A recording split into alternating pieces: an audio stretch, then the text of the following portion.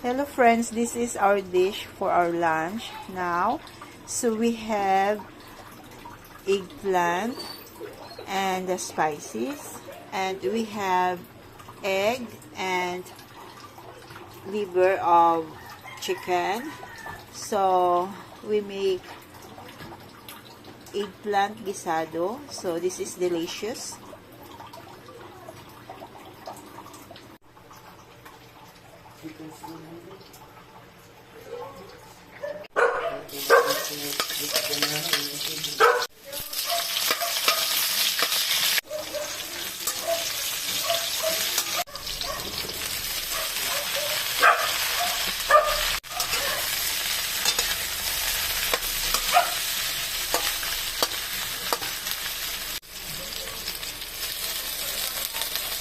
Sorry friends, I forgot the liver.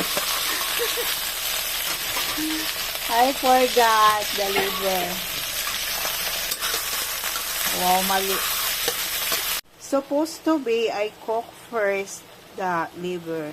Since I forgot because I have something to do.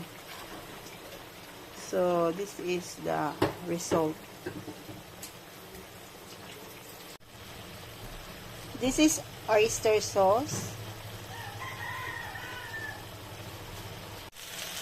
Last is our egg.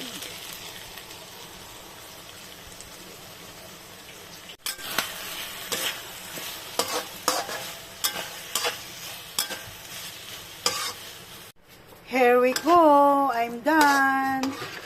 Look at friends.